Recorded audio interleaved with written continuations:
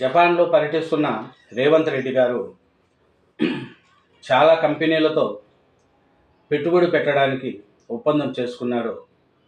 గౌరవనీయులు సీఎం రేవంత్ రెడ్డి గారు తెలంగాణ వాసులకు కూడా ఒక జపాన్లో ఉండే తెలంగాణ వాసులు కూడా ముందుకు రావాలి, సొంత ఊర్లు అభివృద్ధి చేసుకుంటే అది ఆనందం బాగుంటుంది అని నిన్న రేవంత్ రెడ్డి గారు జపాన్ తెలుగు సమావేశంలో ముఖ్యమంత్రి పిలుపునిచ్చారు. అట్లాగే మూసీ ప్రక్షాళన, మెట్రో విస్తరణ, రీజనల్ రింగ్ రోడ్డు తెలంగాణ పురోగతికి అత్యంత కీలకమైన ప్రాజెక్టులు. ఐటీ, ఫార్మా రంగాల్లో ఇప్పటికే ప్రగతి సాధించాము.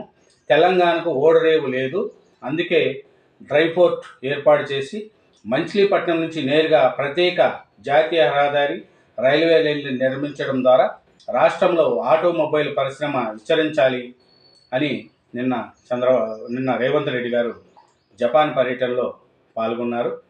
ఎందుకంటే ఆయన చాలా కంపెనీలతో ఒప్పందం కుదుర్చుకున్నాడు. తెలంగాణ అభివృద్ధి చెందాలనేదే రేవంత్ రెడ్డి గారి యొక్క కోరిక.